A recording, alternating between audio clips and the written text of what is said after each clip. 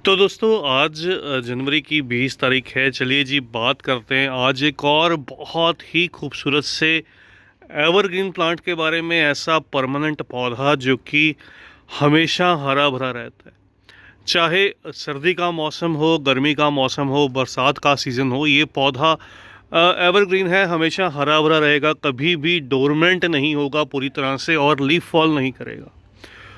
तो कौन सा ये पौधा है, क्या इसकी देखभाल रहेगी, आज की वीडियो में सारा कुछ बताऊंगा।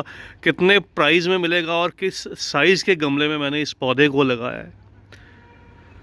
तो सबसे पहले अगर बात करें, देखिए ये जो आप देख रहे हैं ये साइप्रस के पौधे के नाम से आपको नर्सरी पर मिल जाता है। साइप्रस कह लीजिए कि इसकी गोल्डन वैरायटी भी रहती है, इसकी ग्रीन वैरायटी भी रहती है। ये जो आप देख रहे हैं ये इसकी गोल्डन वैरायटी है। इसमें क्या रहता है, इसकी जो लीफ का कलर है थोड़ा गोल्डन रहता है, चमकदार रहता है। ग्रीन में थोड़ा डार्क ग्रीन कलर रहता है। साइप्रस के अंदर डिफरेंस रहता है, वो क्लियरली जब आपके सामने दोनों प्लांट्स रखे होंगे क्लियरली आपको पता चलेगा। गमले के साइज़ की अगर बात करूं तो मैंने इसको यहाँ पर केवल एक 8 इंच के गमले के अंदर ग्रो किया और लगभग पिछले 1.5 साल से या 2 साल से कह लीजिए ये प्लांट मेरे पास है। तो मैंने इसकी रिपोर्टिंग केवल उसी समय की थी जब मैं इसको लेकर आया था। प्राइस रेंज की बात करूं, इसको मैं 70 रुपीज़ में, 70 रुपये में लेकर आया था। उस समय पर थोड़ा छोटा प्लांट था। तो अभी देखिए इसकी जो ग्रोथ है बहुत अच्छी है और कह सकता हूँ एक टॉपियरी स्टाइल ये बॉन्साई में धीरे धीरे डेवलप हो जाएगा। छोटा सा एक जो मिनी ट्री है ये डेवलप होगा। देखिए कितना घना पौधा डेवलप होता है ये। वैसे भी अगर इस पौधे की बात करूं, हालांकि आप इसके बॉन्साई भी बना सकते हैं, लेकिन इसके जो ब्रूम स्टाइल जो टॉपियरीज रहती हैं वो बहुत सुंदर सी दिखाई देती हैं। गार्डन डेकोरेशन के लिए अगर बात करूं तो सबसे बेहतरीन पौधा है। इसकी हर एक स्टाइल में जो डिफरेंट डिफरेंट टॉपियरीज हैं वो अगर आप गार्डन में ग्रो करते हैं तो फास्ट ग्रोइंग भी रहता है और हर एक स्टाइल में इसकी आप जो डिफरेंट टॉपियरीज हैं वो डेवलप कर सकते हैं। रूट्स इनकी शैलो रहती हैं और कह सकता हूँ कि ये जो प्लांट्स हैं ये ऐसी सॉइल को पसंद करते हैं जो एसिडिक भी रहे, लेकिन साथ के साथ ये जो मिट्टी रहनी चाहिए ये वेल ड्रेन्ड रहनी चाहिए, मतलब पानी खड़ा ना हो। तो ये देखिएगा रोटेशन अगर आपको प्लांट की दिखाऊं, देखिए चारों तरफ से अगर मेरे प्लांट की अगर बात करूं, ये देखिए अभी आपको क्लियरली विजिबल होगा। तो चारों तरफ से रोटेशन करूंगा तो प्लांट लगभग कह लीजिए बैलेंस है। और इसकी थोड़ी सी अगर ट्रिमिंग और कर दूंगा इस सीज़न में, क्योंकि अभी देखिए सर्दी का मौसम है, तो ट्रिमिंग के लिए जो मौसम सही रहता है वो इन पौधों की या तो बरसात के मिड का मौसम या फिर कह सकता हूँ कि इन पौधों की जो ट्रिमिंग है वो की जाती है गर्मी की शुरुआत में। तो अप्रैल या मार्च के मिड के मौसम में इस पौधे की अगर ट्रिमिंग करूँगा तो बिल्कुल एक बैलेंस जो ग्रोथ है इसकी निकल कर आएगी।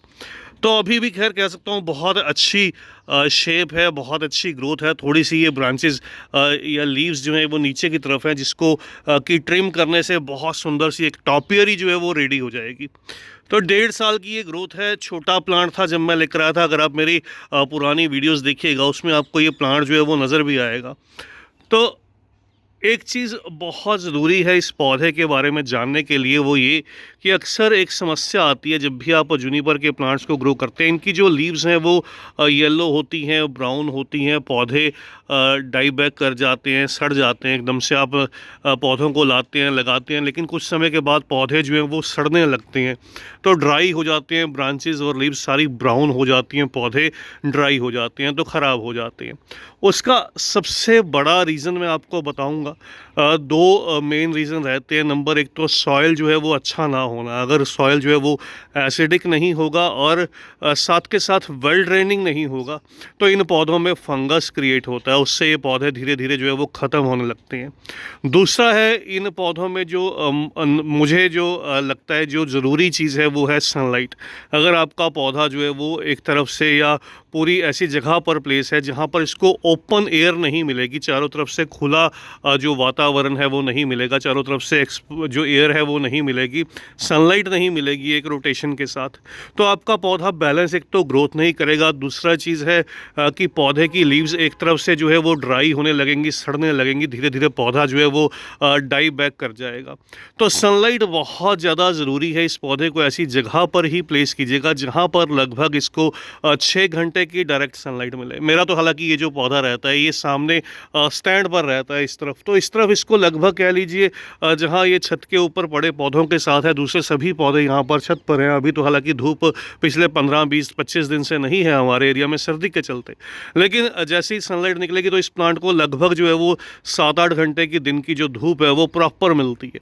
तो उसी से इसकी जो लीव्स हैं वो गोल्डन कलर में भी आती हैं। गर्मी के मौसम में रोज़ाना आप जब मिट्टी सूख जाए इन पौधों को पानी दीजिएगा, लेकिन सर्दी के मौसम में क्या है देखिए, मीडिया बिल्कुल ड्राई है, पूरी तरह से मिट्टी सूखी पड़ी है और मैंने बिल्कुल वाटरिंग नहीं की पिछले लगभग 15 दिन से।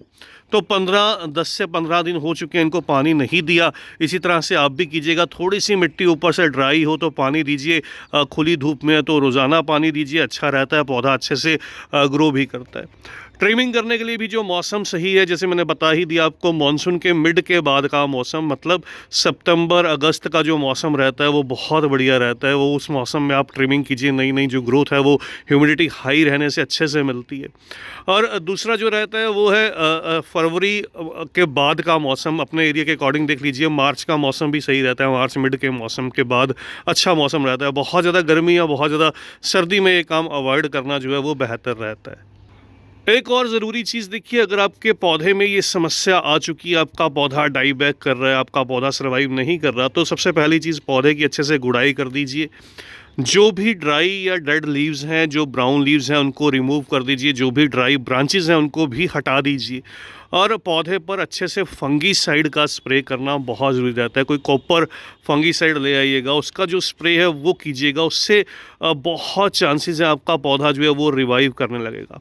तो सॉइल एसिडिक रहनी चाहिए। बहुत ज़्यादा ओवर फर्टिलाइज़र इन पौधों को पसंद नहीं रहता, कोई ज़्यादा फर्टिलाइज़र की रिक्वायरमेंट नहीं रहती। आप ईयरली इनको जब भी आप रिपोर्ट कीजिए, अच्छे से काउडंग या वर्मी कंपोस्ट जो भी आपके पास रहे उसको फीड कीजिए। उसके अलावा इनको बार बार रेगुलर कोई फर्टिलाइज़र की रिक्वायरमेंट नहीं रहेगी। अगर आप चाहें तो इन पौधों को माइक्रो न्यूट्रिएंट के तौर पर या ग्रीनरी के लिए आप इन पौधों को सिंपली जो वर्मी कंपोस्ट का लिक्विड या काउडंग का जो लिक्विड बन सकता है वो बनाकर आप इनको महीने में एक बार या 2 महीने में एक बार दे दीजिए, वो बढ़िया रहता है। साथ में थोड़ा सा माइक्रो न्यूट्रिएंट के तौर पर सीविड भी दे सकते हैं, वो भी बहुत अच्छे से काम करता है। और तो और इन पौधों में जो बहुत बढ़िया से काम करता है वो है वर्मी वॉश। तो वर्मी वॉश का आप स्प्रे कर सकते हैं हर 15 से 20 दिन में अगर आप चाहें तो बहुत ही बढ़िया रिजल्ट मिलेगा। आपके पौधे जो डाई बैक कर रहे थे वो डाई बैक करना बंद हो जाएंगे, अच्छे से ग्रो करेंगे। अगर पौधे हेल्दी हैं, स्वस्थ ग्रो कर रहे हैं, तब आप मंथली या 2 मंथली एक बार भी स्प्रे कर दीजिए, वो सफिशेंट रहता है। 15-20 दिन में ज़रूरत नहीं पड़ेगी। अदरवाइज़ खैर इसका जो स्प्रे है, इसका जो कॉन्टैक्ट नंबर है मैं ऑनलाइन परचेज़ का वो भी आपको दे दूंगा, स्क्रीन के ऊपर भी और डिस्क्रिप्शन में भी। तो इसका जो स्प्रे है बाकी सभी पौधों पर भी आप कर सकते हैं। वर्मी वॉश बहुत बढ़िया सा रिजल्ट देती है। तो बस दोस्तों, आज की इस छोटी सी वीडियो में इतना ही। जल्दी ही मिलते हैं किसी और नए टॉपिक के साथ, किसी और नई वीडियो के साथ। तब तक के लिए bye, happy gardening, take care.